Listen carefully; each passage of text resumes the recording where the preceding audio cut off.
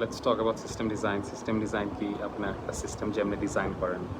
তো এখন এইটাতে এখন প্রচুর বালসাল দেখা যেতেছে, অনেক কোর্স আছে জাস্ট মুখস্থ করার জন্য যে 2 দিনে গুগল বানানো শিখুন। তো এখন ধরেন যে আপনি একটা দোতলা বাসা বানাবেন। তো দোতলা বাসার যদি আপনি বানাতে চান, সেক্ষেত্রে আপনাকে ফাউন্ডেশনের কথা চিন্তা করতে হবে, ভেন্টিলেশনের কথা চিন্তা করতে হবে, সুয়ারেজের কথা চিন্তা করতে হবে। আপনি যদি 200 তলা বাসা একটা বানান, সিমিলার জিনিসগুলো চিন্তা করতে হবে, কিন্তু সেক্ষেত্রে অনেক ধরনের কমপ্লিকেশন মানে রাইজ করবে। যেমন ধরেন যে আপনার 200 তলা বাসা আছে, এখন 200 তলা বাসা থেকে আপনার সবার ময়লা ফালানো লাগে। এখন যদি ময়লা ফালাতে সবার একটু নিচে নামতে হয়, এটা একটা সমস্যা। এসব ক্ষেত্রে এসব বাসায় একটা শুট থাকে, যেটাতে আপনি জাস্ট ময়লা ফালা দিবেন, ওটা অটোমেটিক নিচে ডেজিগনেটেড জায়গায় পাইপ দিয়ে পড়ে যাবে। তো এই জিনিসটা কিন্তু দোতলা, 3 তলা, 5 তলা বাসায় দরকার নাই। তো এখন আপনি যতক্ষণ না পর্যন্ত রিয়েল সিস্টেমে কাজ না করতেছেন, তখন মনে হবে যে না আমি সবই দেই, বাট যেটা নেসেসারি। যেমন আপনি বলছেন কাফকা ইউজ করব, ক্যাশ করব, কুবারনেটিস চালাবো।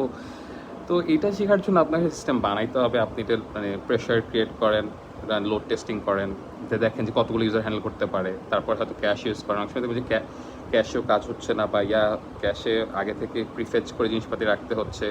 অনেক ধরনের আসতে পারে। তো ওগুলো আপনি আস্তে আস্তে মানে স্টেপ বাই স্টেপ যাবেন। যে কোনো ধরনের সিস্টেমের এগুলো সব তো রিয়েল ওয়ার্ল্ড থেকে মারা ফার্স্ট অফ অল। আর ইন জেনারেল এইসব সিস্টেমগুলোতে আসে সমস্যা আসবে, সলভ করবেন, সমস্যা আসবে, সলভ করবেন। এটা মানে that's the law of scaling. আপনি মুখস্থ যতই মারেন না কেন ভাই, ধরা খাইতেই হবে। আর যত মুখস্থ মারবেন তত আপনি জিনিসটা ক্লিয়ার বুঝতে পারবেন না, এবং ইন্টারভিউতে হয়তো পাস করতে পারবেন, পরে হয়তো জায়গায় জায়গায় ধরা খাবেন। আর যদি খুবই সলিড কেউ ইন্টারভিউ নেয়, তো ওইখানেই ধরা খেয়ে যাবেন।